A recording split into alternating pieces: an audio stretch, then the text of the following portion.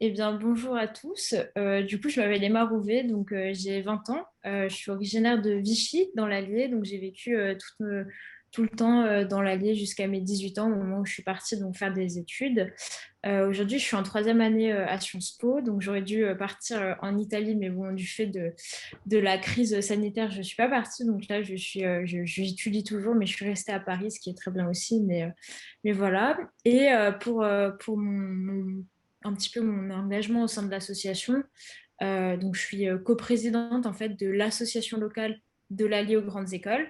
Et au niveau national, à la Fédération des territoires aux grandes écoles, qu'on dit plus souvent en fait DTGE, je suis responsable des relations institutionnelles. Donc en fait, mon engagement, il est venu assez naturellement pour vous expliquer un petit peu comment j'en suis arrivée à là.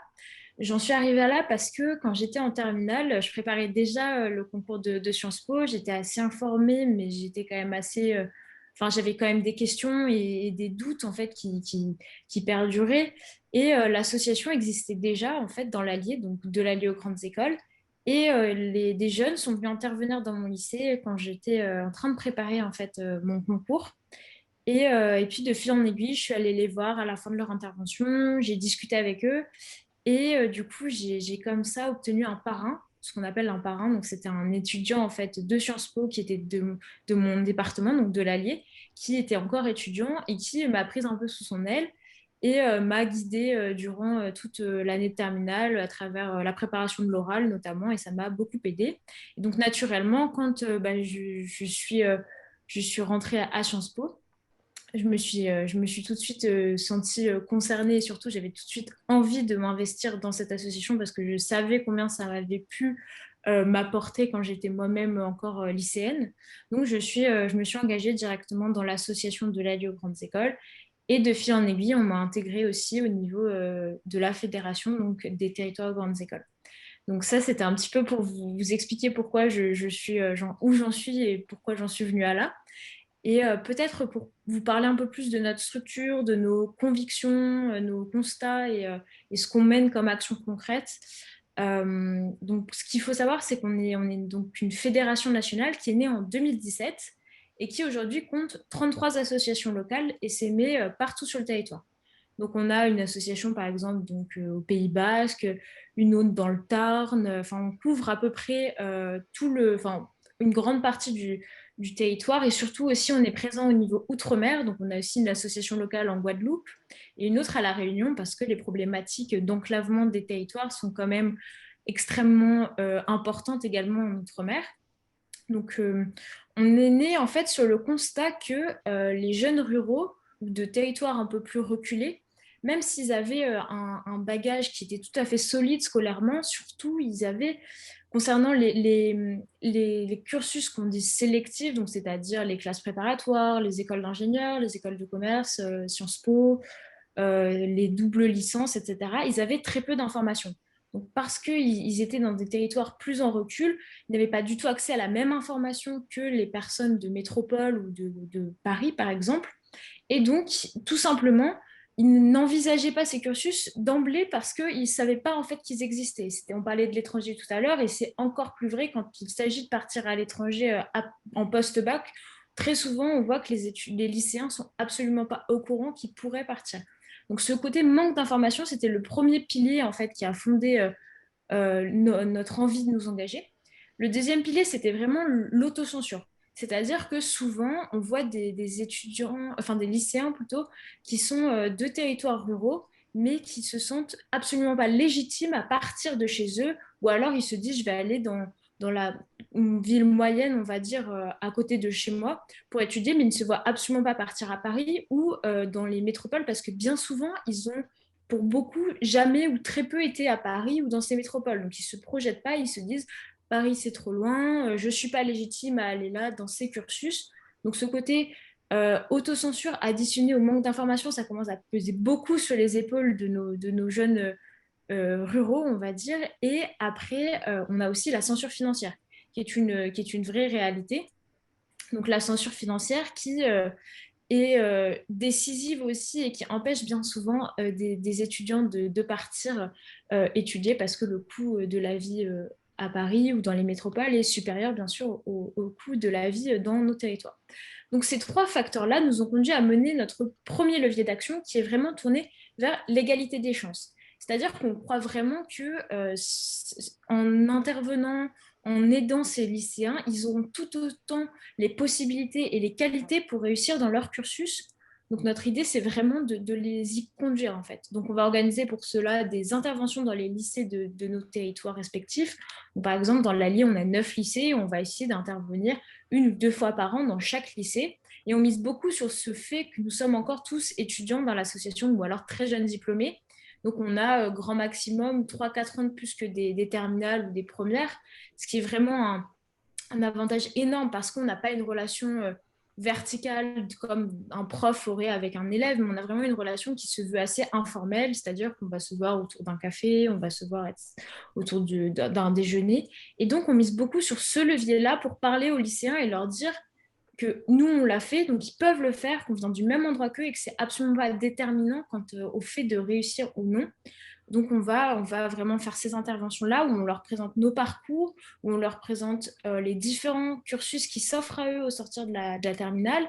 Et ce qui est assez fréquent, c'est qu'on ait des élèves qui soient bons et qui nous disent, moi, je suis passionné de mathématiques, par exemple, et qui nous disent qu'ils voudraient aller en fac de mathématiques à Clermont-Ferrand, en ce qui me concerne, puisque je suis auvergnate. Mais nous, donc, on essaye de leur dire, d'accord, donc tu aimes beaucoup les mathématiques, mais est-ce que tu as pensé, par exemple, à faire une classe préparatoire où on essaye en fait de leur ouvrir des portes qu'ils n'auraient pas forcément poussées d'eux-mêmes. Donc on a vraiment ce côté intervention qui marche très bien. À côté de ça, on a une plateforme de parrainage. On va mettre en lien en fait des jeunes lycéens qui vont nous contacter sur les réseaux sociaux, sur notre boîte mail. Il y a des parents aussi qui nous contactent assez souvent. On va les mettre en lien avec des étudiants de notre département également, afin de qu'ils puissent poser de manière, qu'ils aient une relation individuelle avec un parrain, un étudiant de notre association qui a fait le cursus qu'ils aimeraient faire pour qu'ils puissent répondre à leurs questions. Donc, ces relations-là fonctionnent très bien. Au niveau du parrainage, ça fonctionne extrêmement bien. Ils vont se voir assez fréquemment, s'appeler à un rythme assez soutenu normalement. Donc ça, c'est notre deuxième action qui se couple avec les interventions. Et cette année, on a aussi un dispositif de bourse au mérite qu'on a mis en place pour lutter contre le troisième frein dont je vous ai parlé, qui est la censure financière. Donc, le dispositif de bourse au mérite est co-construit avec des acteurs du territoire local, des entrepreneurs. Donc, chaque bourse est à hauteur de 6 000 euros sur 2 ans, donc 3 000 euros la première année et 3 000 euros la deuxième année pour des boursiers de notre département.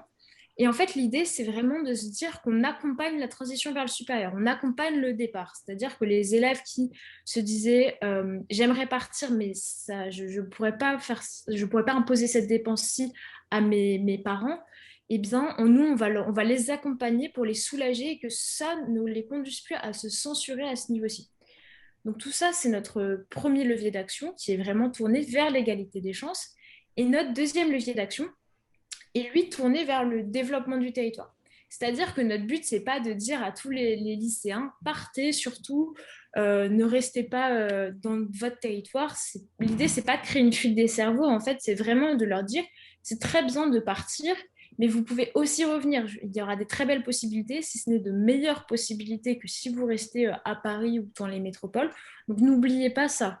Et donc pour cela, on va organiser notamment des visites en entreprise avec des acteurs du département pour leur montrer en fait les possibilités qui s'offrent à eux parce que bien souvent, lorsqu'ils sont diplômés de leur cursus, on le voit tous les jours dans notre association, il y en a beaucoup qui nous disent, moi j'aimerais vraiment sincèrement revenir dans l'Allier, mais il se trouve que je pense que, enfin, pour mon niveau de compétence, je sors de telle école d'ingénieur, je n'aurais pas forcément un poste, entre guillemets, qui me correspondrait à mes attentes.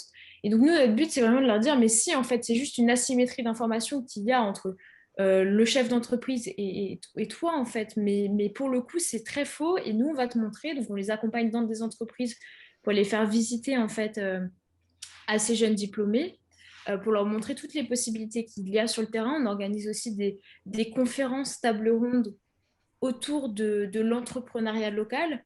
Donc, on va faire venir des acteurs, des universitaires pour débattre et montrer un peu les forces qui recèlent au sein de notre territoire. Et on va aussi participer et organiser des forums de l'orientation avec des acteurs économiques, des élus, des professeurs, et on va vraiment essayer d'accompagner en fait le dynamisme plutôt économique et essayer de resserrer le tissu économique local à ce niveau-ci. Et en fait, ce qui nous permet de faire le lien entre notre premier levier d'action qui est l'égalité des chances et notre deuxième levier d'action qui est le développement du territoire, que l'on croit bien sûr enfin, très lié, c'est notamment notre dispositif de bourse, comme je vous en ai parlé, parce qu'il est co-construit en fait entre les entrepreneurs, les lycées et les lycéens. C'est-à-dire que nous, on va travailler on va organiser en fait des rencontres avec des entrepreneurs. Ces entrepreneurs vont par exemple nous faire des promesses de dons au niveau de notre dispositif parce que ça les intéresse d'accompagner en fait un petit lycéen enfin un petit jeu, je m'entends, mais un lycéen en tout cas pour qu'il parte étudier à la capitale ou dans les métropoles. Et donc on va travailler avec eux. Et on travaille aussi avec les lycées parce que ce dispositif de bourse, il est construit en partenariat avec nos lycées conventionnés, c'est-à-dire qu'on a des lycées avec lesquels on signe des conventions pour pouvoir intervenir chaque année dans ces lycées et ritualiser en fait nos interventions. Et donc, notre dispositif de bourse, on l'oriente entre deux phases. C'est-à-dire qu'on a une première phase qui va vraiment être la phase de sélection, entre guillemets, et qui va être opérée par les proviseurs.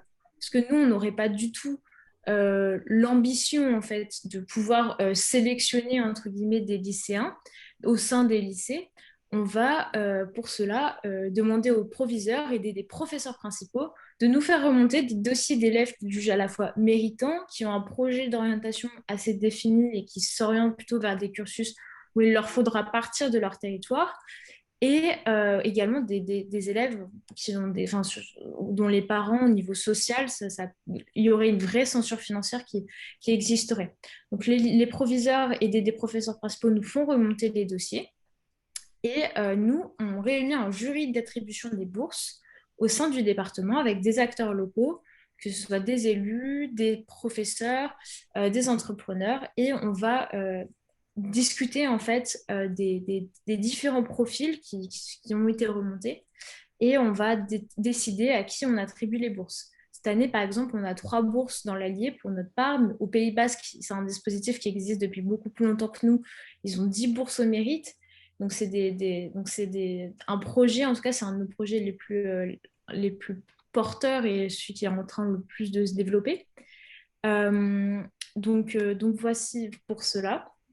Et après, pour vous donner un petit peu plus de perspective, on va dire, de développement encore au niveau national, nous, on a vraiment à cœur, en fait, au sein des TGE, de faire porter notre problématique, qui est vraiment quelque chose qu'on constate tous au niveau local, parce qu'on a tous enfin, une double casquette, on est tous engagés au niveau local et au niveau national, et on vient tous de territoires différents. Donc, en fait, c'est ce qui fait aussi notre force. On croit particulièrement parce qu'on voit que ce n'est pas un fait isolé sur un territoire, mais que c'est répandu sur tous nos territoires. Donc, en fait, quand on va essayer de parler avec des acteurs au niveau national, on a une crédibilité qui est véridique, justement parce qu'on vient tous de territoires très différents. Donc, on va notamment développer des relations au niveau des institutions. Donc, pour ma part, je suis en charge des relations institutionnelles. Donc, on a par exemple des liens assez développés avec certains ministères, la cohésion des territoires, la fonction publique, au niveau, bien sûr, de l'éducation nationale, pour faire porter nos problématiques qu'on sait être véridiques et essayer de voir comment, en fait, transformer ou comment accompagner, du moins, de nouvelles perspectives. Après, on a également des partenariats avec des entreprises qui vont essayer soit de nous aider à répliquer notre dispositif de bourse partout sur le territoire, soit qui vont nous ouvrir leurs portes pour des visites en entreprise. Et puis, on a bien sûr d'autres partenariats avec des grandes écoles avec lesquelles on construit des dispositifs égalité des chances. On a par exemple un concours d'éloquence qu'on organise pour des lycéens de nos territoires avec HEC. On a un partenariat avec Polytechnique. On va organiser des semaines un peu intensive au niveau mathématiques, physique, mais également avec des activités pour les lycéens l'été. Donc, on essaie vraiment d'ouvrir en fait des perspectives en partenariat avec donc, ces écoles, les institutions, d'autres associations aussi. On essaye vraiment d'ouvrir de nouvelles perspectives et à notre échelle, tant bien que mal en tout cas, de changer les choses pour les lycéens ruraux et qui ne soient plus conditionnés, on va dire, par leur milieu d'origine. Voilà pour ma part, je pense avoir un petit peu résumé notre action, tant au niveau local qu'au niveau de national. J'ai essayé en tout cas d'être assez succincte parce que enfin, moi, je pourrais vraiment vous en parler pendant des heures, mais voilà, donc je sais pas, j'ai cru voir qu'il y avait des questions qui passaient, donc si vous avez des questions, n'hésitez pas à me... Ça commence. Merci Emma, bravo pour tout le travail effectué au sein de l'association. C'est énorme. Félicitations. On a plusieurs questions qui arrivent. Donc, une première question, ces bourses sont-elles liées à un engagement de retour sur le territoire où elles ont été attribuées? Alors en fait, au niveau des bourses mérite, alors non, c'est pas, c'est-à-dire qu'il n'y a pas une injonction au retour sur le territoire, parce que, enfin, on est quand même conscient que, enfin, ce sera jamais le cas pour tous nos étudiants qui reviendront jamais tous dans nos territoires d'origine, donc ce serait compliqué en tout cas d'imposer cela. Après, il y a une sorte en fait d'engagement sur l'honneur des étudiants qui sont finalement boursiers, enfin des lycéens pardon, qui deviennent boursiers. On a un engagement sur l'honneur, on essaye en tout cas, et normalement, si c'est possible, on n'a pas encore assez de retour d'expérience, donc je vous ferai peut-être part de ça dans quelques années, j'espère que. Mais c'est vrai qu'on a on aimerait à terme, si jamais ils ont enfin, des conditions qui leur sont plutôt favorables, une situation plutôt stable, qu'ils puissent eux aussi, à leur échelle, s'ils le souhaitent, contribuer, alors pas à hauteur forcément d'une bourse, mais s'investir un peu dans l'association, s'investir au niveau du territoire avec nous. Ça, ce serait quelque chose qu'on aimerait faire avec notre dispositif de bourse et qu'on essaye d'impulser en fait en même temps qu'on construit en fait ce dispositif. Après non, les bourses ne sont pas conditionnées du tout à un retour sur le territoire parce que enfin, c'est encore très compliqué, ça dépend de beaucoup de facteurs au final, donc ce serait compliqué d'imposer ça. Et l'association a été créée il y a longtemps? Alors, au niveau national, donc DTGE, la fédération, on existe depuis 2017. Dans l'Allier, on existe aussi depuis 2017. Mais en fait, il faut savoir que notre association est née au Pays Basque en 2013. Donc, l'association a été créée par une bande d'étudiants en fait, qui pensaient euh, voilà, vouloir aider des lycéens du Pays Basque et ils pensaient que leur problématique était un cas isolé, n'était le cas qu'au Pays Basque, qui est quand même un territoire avec un ancrage local très fort. Et en fait, ils se sont rendus compte au sein de leurs études, de leurs établissements respectifs, que ces problématiques n'étaient pas liées qu'au Pays Basque, mais bien au contraire, elles se répandaient en fait partout sur le territoire. Et c'est de là qu'au fur et à mesure, ils se sont dit peut-être qu'on pourrait créer quelque chose d'une envergure supérieure pour encadrer enfin, encore plus de lycéens et essayer d'ouvrir davantage encore de perspectives pour ces lycéens. Et en fait, il y a eu une audition au CESE en 2016 où le CESE a été très, très réceptif aux problématiques portées et il nous a aidés en fait dans la construction de cette fédération nationale qui aujourd'hui du coup va souffler sa quatrième bougie. Merci. Alors, faisons un tour de table. Qui a envie de prendre la parole, poser des questions, faire un commentaire? Sinon, il va falloir que je... Yves. Ah, on t'entend pas. Ton micro est coupé. Oui, Voilà. le dispositif Erasmus, vous y participez? Vous voulez dire dans le cadre des étudiants qu'on Oui. accompagne Oui. oui, on essaye en tout cas, enfin, on n'a pas de partenariat au niveau du programme Erasmus, mais en tous les cas, on essaye d'encourager les lycéens quand ils passent dans le supérieur à partir à l'étranger et on leur présente d'ailleurs les possibilités qu'ils ont pour partir à l'étranger dès le post-bac s'ils le veulent ou au sein de leurs études, on leur explique comment voilà, intégrer une année à l'étranger, par exemple, au sein de leur cursus. Parce que j'ai oublié de le dire, mais c'est vrai que bien souvent, les relations qu'on noue avec des filleuls qui sont lycéens, elles perdurent dans le supérieur. C'est-à-dire que c'est des relations qui sont normalement de longue durée, parce qu'on devient souvent amis, en fait, au-delà d'une simple relation d'entraide. Et donc, souvent, on continue et on les accompagne dans le supérieur également. Alors, si j'ai bien compris, votre rôle, c'est d'aider les jeunes dans les territoires à venir faire des études dans les grandes universités. Et Erasmus, c'est l'étape d'après, c'est une fois qu'on est à l'université, pouvoir partir à l'étranger. Sauf en Angleterre, puisque chez moi, en Angleterre, Erasmus ne s'applique plus. Voilà, vive le Brexit. Oui, c'est exactement ça. C'est regrettable. C'est regrettable. Ah, complètement, complètement. Mais on ne va pas partir sur ce terrain glissant. Je m'énerve. Voilà. Didier, qui lève la main. J'allume, voilà. Juste pour dire, donner une précision que j'ai déjà un petit peu expliquée auparavant. Il existe aussi, on est peut-être un peu hors sujet, mais il existe aussi des possibilités pour partir quand on est lycéen à l'étranger.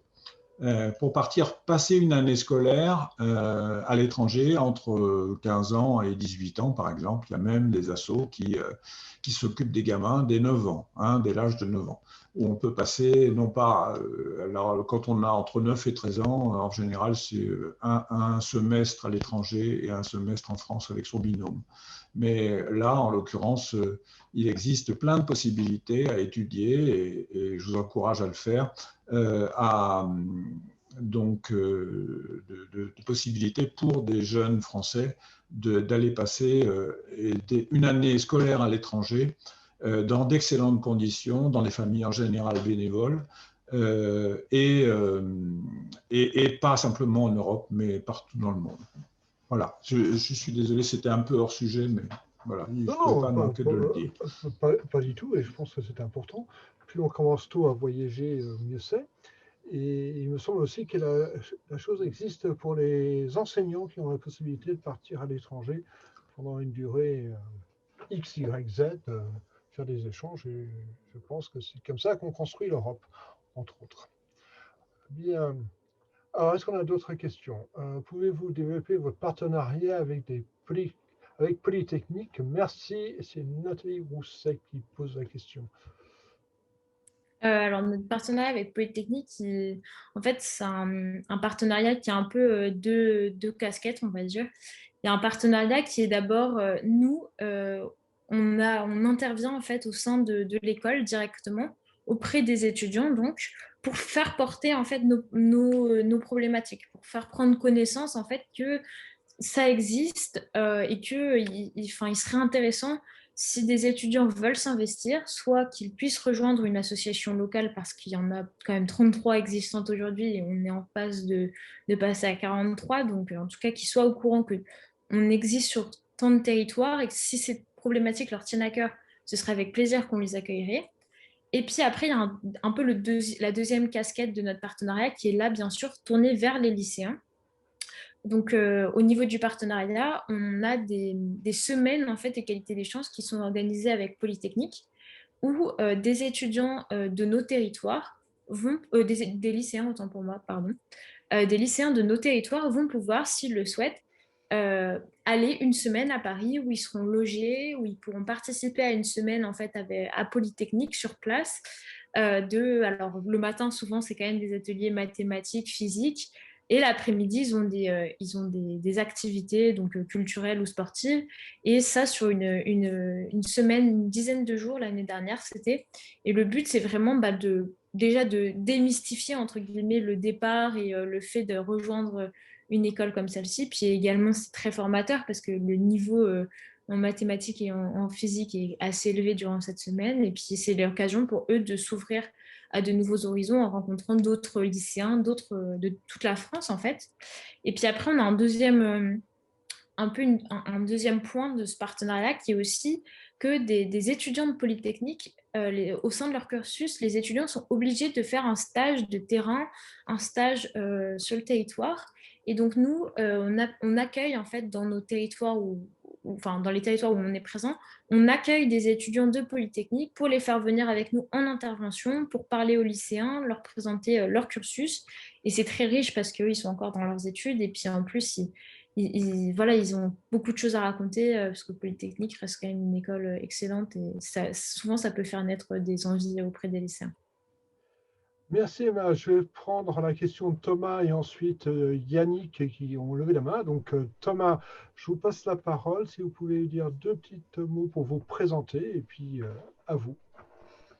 Bonjour Emma, merci pour la passation pour la question. Alors moi, je suis étudiant, enfin ancien étudiant de Sigma Clermont, une association d'ingénieurs à Clermont-Ferrand.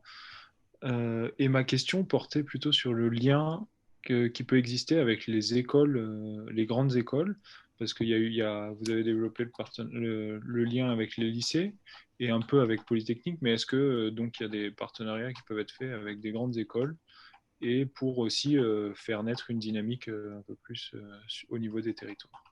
Oui, alors tout à fait. Ça, c'est vrai qu'on a aussi ce volet-là. Alors, en fait, quand j'ai parlé du partenariat avec les grandes écoles, j'étais un peu passée sur ma deuxième casquette, qui est plutôt la casquette fédération nationale, on va dire. Mais après, dans les associations locales, c'est certain qu'on noue aussi des relations avec des écoles de nos territoires. Donc, pour le coup, je suis auvergnate aussi, donc je connais Sigma Clermont et typiquement de l'allié aux grandes écoles, donc mon association locale. On a en contact avec Sigma et avec l'ESC Clermont aussi. On travaille avec l'IUT d'Allier.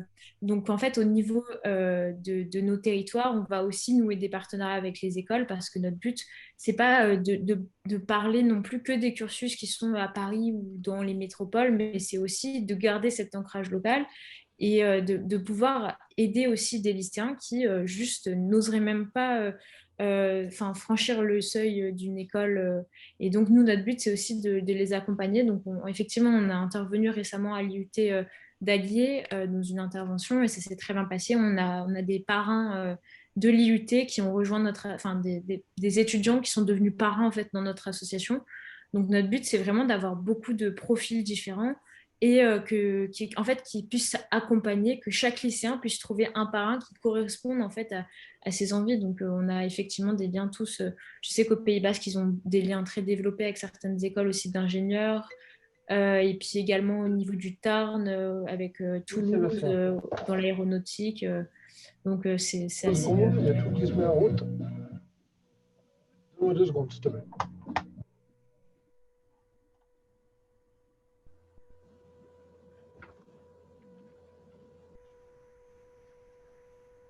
Allô? Attends, 2 secondes, s'il te plaît. Je te rappelle, j'ai un problème à régler.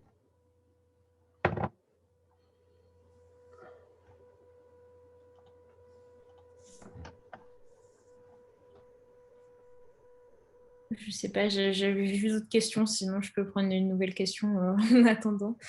Excusez-moi, j'ai eu un problème technique, j'ai perdu le son, j'entendais plus rien. Donc, Emma vous a répondu à la question de Thomas, je pense, c'est ça. Et Yannick, vous aviez une question?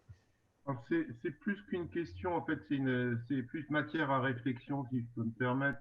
Donc, je me présente, je suis Yannick Guillot, je suis président d'une communauté de communes en Seine-et-Marne et vice-président des maires ruraux de Seine-et-Marne.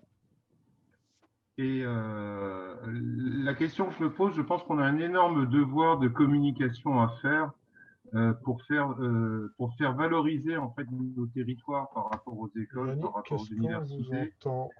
Parce que en fait, ce qu'on constate, c'est-à-dire, je reprends l'exemple que je citais l'autre jour dans une précédente réunion, pour un jeune de mon territoire en Seine-et-Marne, c'est complètement logique qu'il peut aller faire un stage sur Paris, ça ne va pas lui poser de problème. Par contre, un jeune Parisien venir faire un stage en Seine-et-Marne, je crois que pour lui, c'est même pas le Paris-Dakar, c'est pire. Alors qu'en fait, il y a d'énormes opportunités. Donc, je pense qu'on a, nous, à valoriser nos territoires. Je suis assez surpris, là, je suis président de cette communauté de communes depuis le mois de juillet. On a fait des gros efforts au niveau recrutement. Et finalement, pour un territoire vraiment rural, bien que situé en Île-de-France, nos derniers recrutements arrivent de Bordeaux et de Grenoble. Donc, c'est-à-dire qu'il y a quand même des mentalités aussi qui commencent à changer. Les gens se disent qu'il y a moyen de faire des choses et c'est à nous de valoriser On est aussi un petit peu coincé avec cette espèce de centralisme qui est au niveau de certaines grandes écoles sur Paris, où effectivement, voilà, si on est là, c'est quand même pas pour les faire carrière dans un patelin. Bah oui, mais dans les patelins, il se passe beaucoup de choses aussi. Il y a la fibre partout. Il y a des fois, on a des entreprises qui sont à la pointe de la technologie dans nos campagnes, et il y a des choses à faire. Un autre problème que nous avons aussi par rapport à certaines écoles, c'est les problèmes de sectorisation.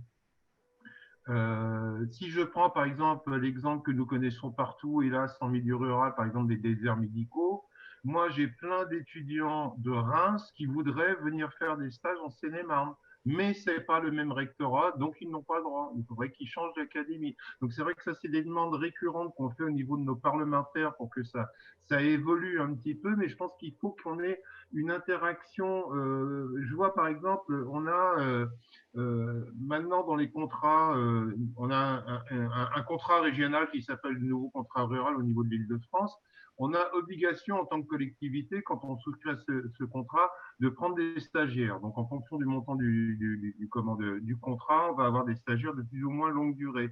On a un mal fou à faire un recrutement, alors qu'en fait, on leur propose des conditions qui sont hyper pertinentes, hyper intéressantes, avec des choses intéressantes à faire, mais on a un énorme boulot de recrutement.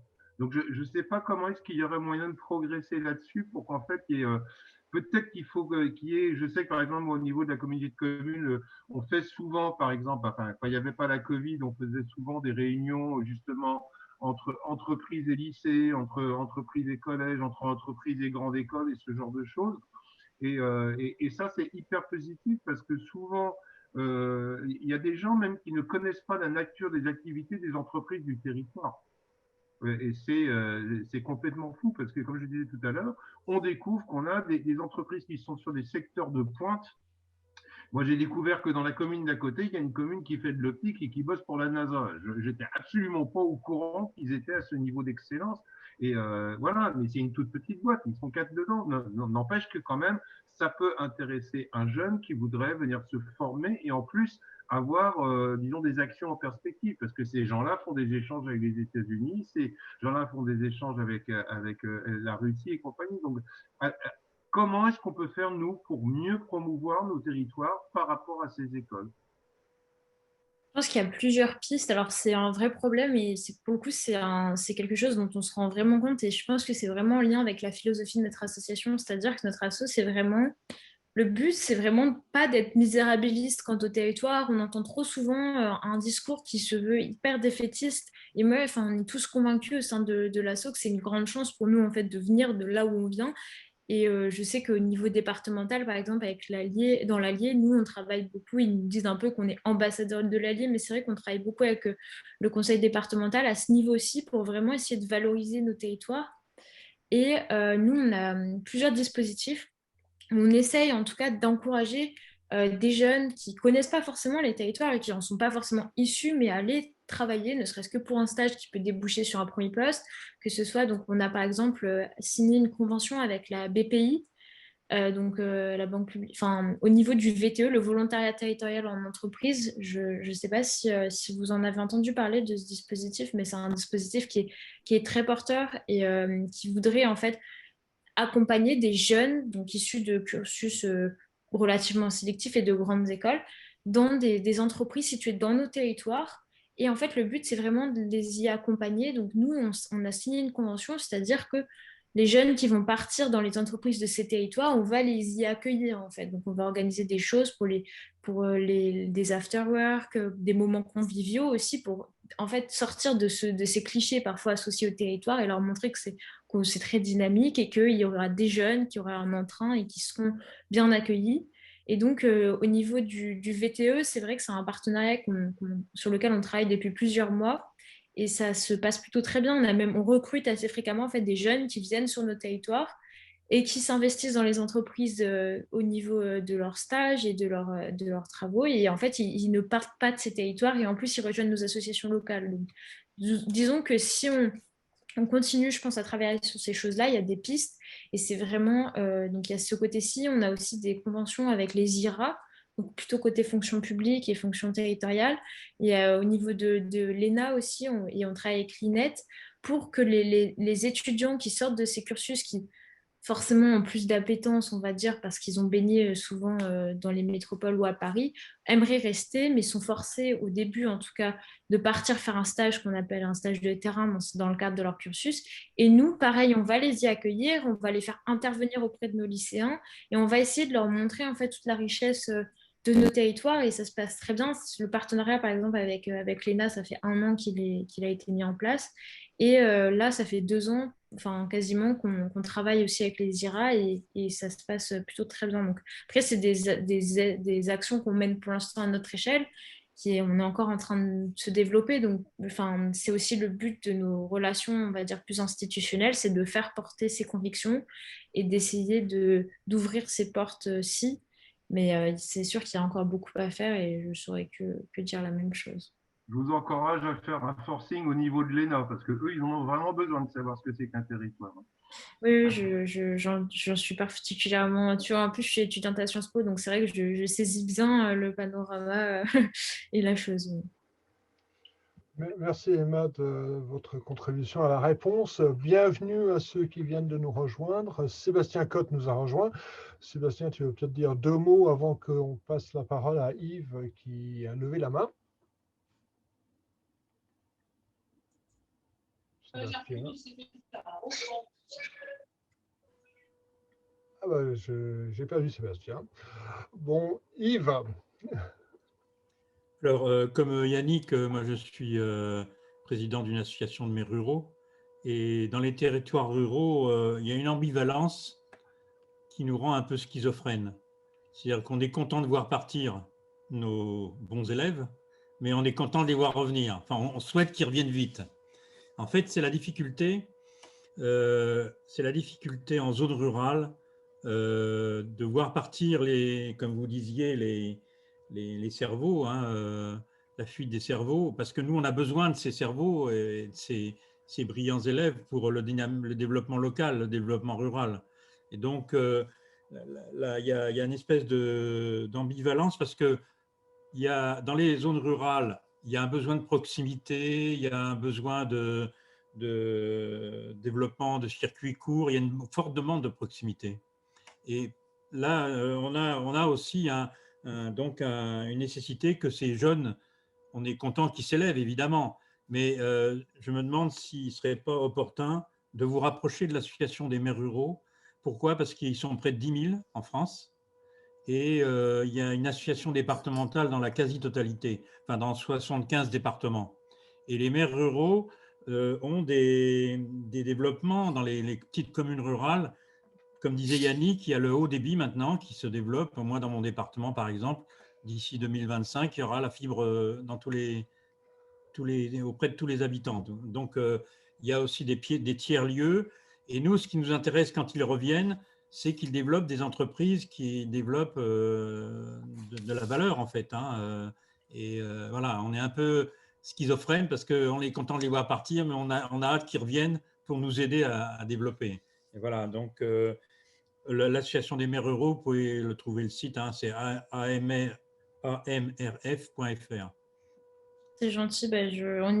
En fait, on y pensera bien volontiers. On avait déjà fait un petit, par l'intermédiaire où il y avait d'autres acteurs, on avait déjà fait une petite présentation devant certaines personnes de l'AMRF, mais c'est vrai qu'on a pour projet de nouer plus de relations, ne serait-ce que aussi pour impulser peut-être la création d'autres associations locales dans d'autres territoires ruraux, mais c'est vrai que ce serait une très bonne piste. Si je peux me permettre de rebondir sur ce que vient de dire Yves, justement, je pense qu'il y a une chose pour laquelle la Covid-19 pourra être positive, c'est que justement, du fait d'avoir le haut débit maintenant un petit peu installé partout, on a beaucoup de gens qui étaient sur des grosses métropoles qui, du fait des confinements, sont venus travailler à la campagne et se sont rendus compte qu'en fait, il y avait moyen d'avoir un métier hyper technologique et hyper de pointe tout en pouvant profiter des papillons, de l'herbe verte et des chiens. Oui. Et c'est quelque chose qui change énormément au niveau mentalité. Moi, je vois, donc je reprécise, je suis maire rural, mais en Île-de-France, on a une demande énorme de gens de Paris, de Petite Couronne, qui se renseignent et le schéma habituel, c'est voilà, je vends mon F2 à Paris 340 000 euros, qu'est-ce que je peux avoir en Seine-et-Marne? Quel terrain je peux avoir parce que j'ai des enfants, j'ai pas envie de refaire 6 mois quand c'est au 3e étage. Voilà. Et en fait, effectivement, à travers les communautés de communes qui mettent à disposition des salles de coworking ou des tiers-lieux ou ce genre de choses, on a, je pense, là, un atout qu'il faut nous savoir valoriser parce que les gens ont compris qu'il y a moyen de travailler autrement. Là, par exemple, d'information, vous prenez la mairie de Paris, ils sont en train de faire un travail énorme pour savoir comment, au maximum, ils pourraient dégager du personnel hors Paris en leur faisant faire du télétravail systématique à 80%. Donc, c'est vrai que c'est une nouvelle façon de concevoir nos territoires aussi, et ça peut être hyper intéressant justement parce que autant avant, effectivement, le gars qui était chercheur et qui avait besoin de certaines technicités, forcément, s'il n'était pas juste en bordure d'une fac ou juste en bordure d'une grande école, il ne pouvait pas faire son travail de recherche, alors que maintenant, finalement, avec des systèmes de communication, il peut très bien avoir du truc en temps réel et à distance et faire de la recherche pratiquement dans n'importe quel village de France, enfin, sauf si évidemment ça nécessite une logistique particulière. Mais en fait, je veux dire, de la recherche intellectuelle, il n'y a aucun souci pour pouvoir la faire n'importe où désormais en France. Moi, je confirme ce que dit Yannick. Il y a un exode urbain massif en ce moment vers nos territoires ruraux, de jeunes couples, comme dit Yannick, dans toute la France. Alors peut-être, Yves, ce phénomène de fuite des cerveaux et de crainte du non-retour sur le territoire va être inversé, mais on voit exactement la même chose avec les étudiants étrangers qui viennent étudier en France ou ailleurs et qui ont tendance à rester en France. Bon, là, c'est vrai que le Covid est une crise et toute crise implique changement. Et voilà, vive le Covid-19 quelque part. Sébastien nous a rejoint, il est en totale mobilité parce que visiblement il est dans son hélicoptère ou dans sa voiture. Donc si tu veux dire un petit bonjour. Alors, pas d'hélicoptère, je ne pilote pas et puis voilà, je suis effectivement sur une aire d'autoroute qu'Emma connaît certainement puisque c'est l'aire des volcans entre, voilà, entre Clermont et l'Allier.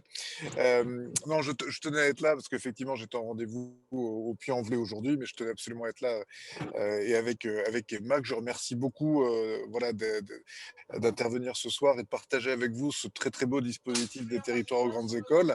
Emma était l'été dernier à Ruralitique avec nous, hein, donc elle a pu rencontrer, je t'entendais Yves, elle a pu rencontrer Cédric, rencontrer un certain nombre de représentants de la MNF. Ah non, pas là. Il y a quelque chose qui est tombé. C'est chez François, je ne sais pas. Quoi qu'il en soit. Tu parlais de Cédric de. Voilà, Cédric Zabot de la MRF. Ouais. Et, voilà, je voulais vraiment juste faire ce coucou et cette incise. Je suis très content et que ce dispositif, oui, Yves, il faut absolument le soutenir. Et il y a une première étape avant d'avoir le retour sur investissement, c'est d'investir sur nos jeunes et de croire en leur potentiel comme DTGE est capable de leur faire saisir leur potentiel. Je crois que cette première étape est super importante. Avant de les faire revenir, et ils reviendront, et plus nos territoires leur donneront leur chance et les aideront à s'épanouir grâce à des dispositifs comme des TGE, plus ils se sentiront redevables et plus ils aimeront voilà, les territoires qui les ont poussés à grandir, à réussir. C'est ce qui s'est passé pour quelqu'un comme justement Vincent Benoît à Arvieux avec l'Aveyron quand il est parti faire des études d'ingénieur informaticien à Toulouse. Et ben voilà, à un moment donné, il a été accompagné, il a été soutenu, on a cru en lui. Et ben il est revenu au pays, il a créé sa société sur un village de 850 habitants. Il fait vivre 20-25 personnes. Donc voilà, c'est aussi 20-25 familles. Et derrière, il est appliqué comme conseiller municipal. Et vous savez tout ce qu'il fait en termes de smart village. Voilà. Donc, je ne peux pas être plus long, mais simplement, merci beaucoup à Emma et à vous toutes et tous. Et maintenant, continuez à poser des questions à Emma. Hein. Merci beaucoup de m'avoir accueilli encore aujourd'hui. Enfin, c'est toujours un plaisir pour moi de partager cet assaut qui me tient beaucoup à cœur. Donc, voilà, merci beaucoup. Avec plaisir. Donc, continuez à poser des questions. René, vous avez levé la main. Oui, merci. Tout d'abord, merci à Emma pour cette présentation. Et puis, ça c'est la première chose. Deuxième chose que je voulais dire, c'est que je suis assez, comment je vais dire, rassurée par l'inflexion qui est donnée au cours de cette conférence. Parce que pour tout dire, je vais le dire d'une façon un petit peu provocatrice, à vous entendre, Emma, et c'est un sujet que je connais assez bien. On aurait pu imaginer en tout début d'intervention qu'en dehors des grandes écoles, il n'y avait pas de salut. Et si, il y a un salut, et je trouve que les collègues élus ont bien apporté leur pierre à l'édifice dans ce domaine-là, parce qu'en fait, on a abordé plein de sujets. Le premier, c'est la confiance que le jeune a en lui-même.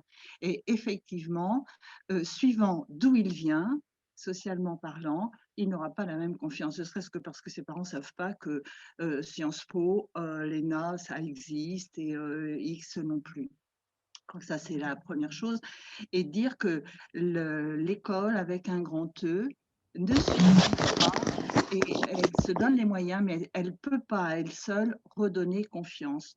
Donc, quand vous allez dans les territoires, effectivement, ça, je pense que c'est un plus. Mais il me semble que pour avoir un projet, il faut aussi s'identifier. Alors, on s'identifie à un par un, mais on s'identifie aussi à un territoire, on s'identifie à une activité économique. Et que c'est vraisemblablement par la bascule qui s'opère en ce moment que les jeunes pourront prendre confiance en eux en se projetant, comme ça a été dit, donc je ne vais pas le répéter, en visitant, en ayant une meilleure connaissance du tissu économique local. Parce que finalement, il n'est pas si important que ça qu'on aille trouver un job à 800 km de chez soi. Ça peut, mais ce n'est pas indispensable. Il y a quand même des tas et c'est dit, on a tout ça autour de nous, des tas de structures d'emploi pas très loin de chez soi. Et vouloir à tout prix que les jeunes soient mobiles, oui, dans leur formation initiale, mais ce n'est pas parce qu'après, ils vont rester sur leur territoire et trouver un job sur leur territoire qu'ils auront échoué.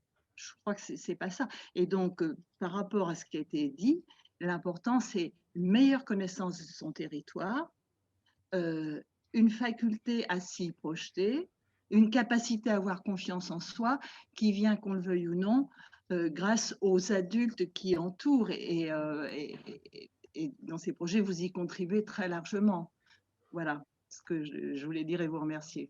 Bah, merci beaucoup, ça me fait vraiment chaud au cœur parce qu'effectivement, enfin, vous mettez l'accent sur notre deuxième levier qui est plutôt développement économique du territoire, mais c'est effectivement notre conviction qu'il y a tellement de choses et tellement de belles possibilités sur nos territoires que, enfin, on essaye de valoriser ça et on organise aussi quelques petites conférences là en webinaire qui sont assez modestes, mais en tout cas vraiment justement avec des entrepreneurs pour aller parler aux lycéens. On a même un entrepreneur qui est venu avec nous dans un lycée justement pour parler directement en fait de tout ça au niveau auprès des lycéens.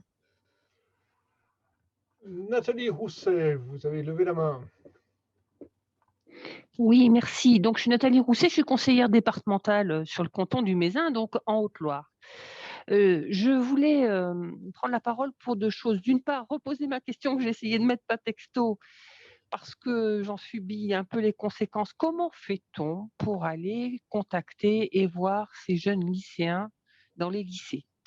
Je suis entourée par des personnages qui sont très impliqués sur l'accompagnement de nos jeunes qui finalement vivent un manque de confiance en eux qui est assez important. Et effectivement, on a aussi le problème économique. Mais on a une vraie difficulté, enfin j'observe à travers leur parcours, une vraie difficulté à pouvoir aller travailler avec l'enseignement public.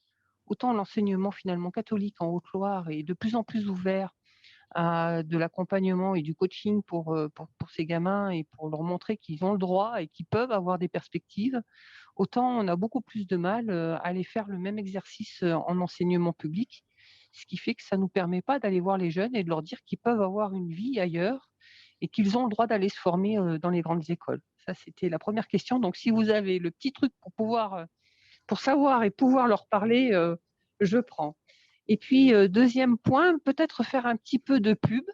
Pendant 2 ans, sur mon territoire, on a pu faire une colonie qui alliait et l'astronomie et les maths pour justement des jeunes en terminale et leur donner l'envie de faire un peu plus de maths. Alors, c'était des jeunes issus de milieux modestes. On avait beaucoup de jeunes qui venaient de la région parisienne à l'époque. Mais là, on a décidé de s'orienter beaucoup plus fort sur Auvergne et Rhône-Alpes.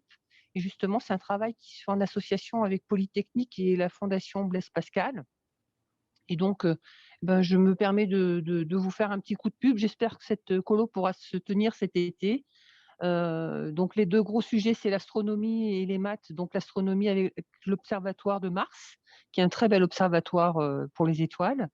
Et puis, les profs qui viennent faire des maths. Et puis, bien sûr, des camps nature, puisque notre territoire est très... L'Ardèche et la Haute-Loire sont tout à fait propices à pouvoir faire un peu de nature, mais un vrai travail avec notamment les profs ou les jeunes en formation à Polytechnique sur la confiance en soi et travailler sur ce qu'ils appellent le syndrome de l'imposteur, puisque ces jeunes ne se sentent pas légitimes à devenir des grands personnages. Voilà. Donc, si vous voulez, je vous donnerai les adresses pour pouvoir regarder un petit peu à quoi ressemble ce camp de mathématiques et d'astronomie.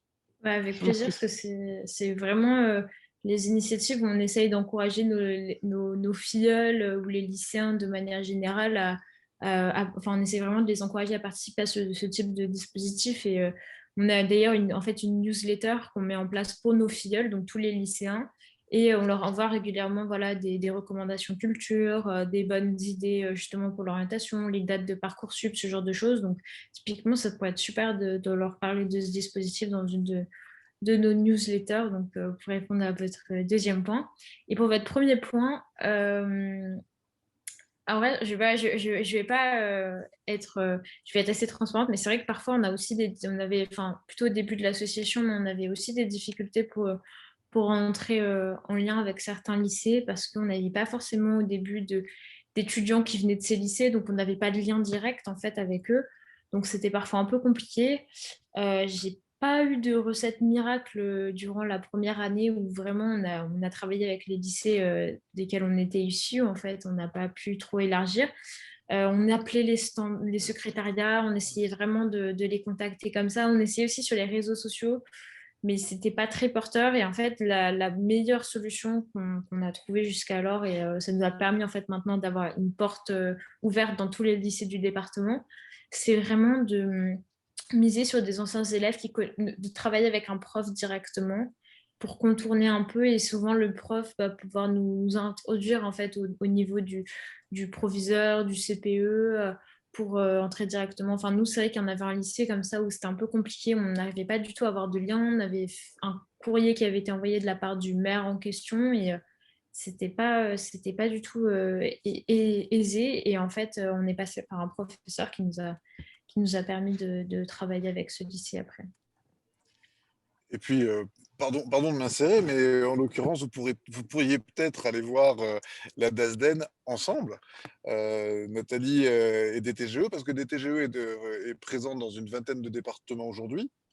Je ne sais pas si aujourd'hui il y a des membres qui sont altiligériens, mais il y a peut-être des gens qui seraient ravis de devenir les ambassadeurs de DTGE et que Nathalie, le département, puisse présenter Emma à la direction académique et puis voilà, dire qu'est-ce qu'on pourrait imaginer ensemble. Nous, on a été sensibles à ce que fait des territoires aux grandes écoles. Je ne sais pas, Nathalie, qu'est-ce que vous en pensez? Bon, on sera assez partant. Nous, on avait essayé de la rencontrer plus modestement, donc avec l'animateur pour le coaching, là. Au départ, on a été bien reçus et en fait, après, c'est malheureusement les syndicats de professeurs qui ont fermé les portes en disant souvent, encore des intervenants extérieurs qui rentrent dans nos lycées, on ne sait pas qui c'est, on ne sait pas ce qu'ils viennent faire, ils viennent remettre en question ce qu'on leur apprend. Alors, c'est vrai que l'avantage d'Emma, c'est qu'elle peut raconter les histoires et mettre en relation avec justement des enseignants, des proviseurs, et en fait, qui sont des éléments de réassurance et de dire qu'il n'y a pas d'ingérence, que voilà, tout va bien. Mais elle apporte ce socle-là qui vous permet, vous, d'être très à l'aise dans la relation, je pense. Oui. Alors, bon, pour l'instant, les responsables de l'Extrême-Abord là, sont assez contents parce qu'avec l'enseignement catholique, ça marche très, très bien. Donc, ils sont presque même un peu débordés par leur succès. Donc, c'est quand même intéressant. Mais malgré tout, on était vraiment très intéressés à faire quelque chose d'assez large. Moi, j'avais une expérience personnelle d'accompagnement individuel de parrainage avec la Fondation Un Avenir Ensemble. Et ça ne suffisait pas parce qu'on prenait juste un seul gamin. Et c'est vrai que du coup, on avait envie de faire un peu plus, quoi. Donc effectivement, je veux bien recevoir inversement les coordonnées d'Emma. Je ne sais pas comment on peut faire pour se mettre en relation pour ça. Emma peut peut-être taper dans le chat, Oui, bien sûr. verser son adresse email, Voilà. soit à votre attention stricte, soit à l'attention de tout le monde. Mais en Moi, l'occurrence.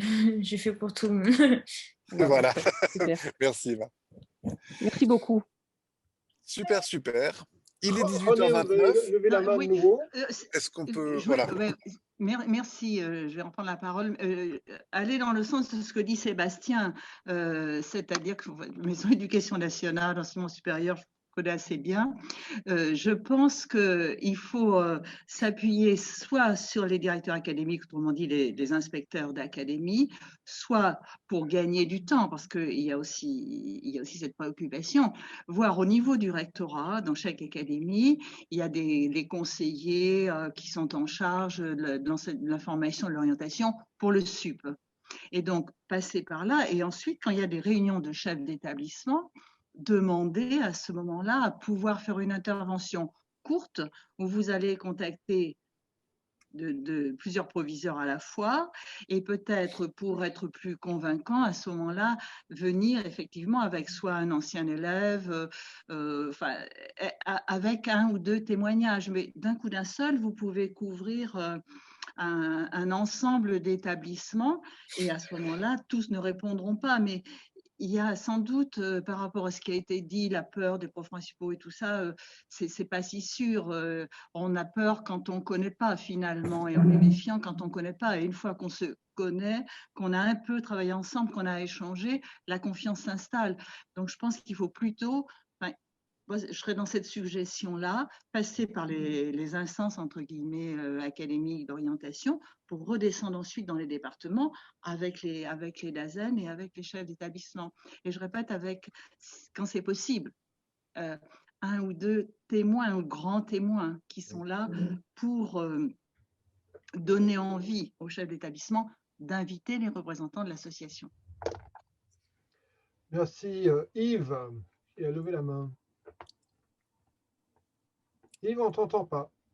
Oui, tu n'as pas mis ton micro. Oui, il ne faut pas oublier deux chiffres importants. 80% des jeunes ne savent pas ce qu'ils veulent faire professionnellement et un jeune sur deux n'exerce pas le métier auquel il a été préparé. On a tous autour de nous des jeunes qui disent « mais j'ai fait ça comme formation ». Moi, ce que je voulais dire, c'est que de mon expérience, il y a quelque chose qui marche très très bien, ce sont les forums des métiers. C'est-à-dire que là, on sort du lycée, on n'est pas obligé d'être intervenant extérieur. Et en général, la Chambre des commerces, le réseau consulaire joue bien le jeu. Et là, ça marche en général et c'est efficace. Voilà. Mon témoignage. Oui, effectivement, Nathalie pourrait peut-être un petit peu influencer la Chambre de commerce ou les organisateurs des forums pour qu'il y ait un stand offert à l'Association des territoires aux grandes écoles. C'est aussi un point de contact extrêmement intéressant. Et puis, il y a l'autre aspect, effectivement, Emma, c'est d'identifier dans ces grandes écoles des altiligériens. Hein. Il y en a beaucoup qui ont fait des grandes écoles, des altiligériens. Il y en a même qui sont devenus présidents de région et ministres. Mais en l'occurrence, voilà, je pense qu'il y a aussi un tracking, comme tu l'as dit, c'est une convergence. C'est-à-dire qu'on s'appuie sur des jeunes qui font ces grandes écoles et qui vont… Eux, ce n'est pas des consultants privés.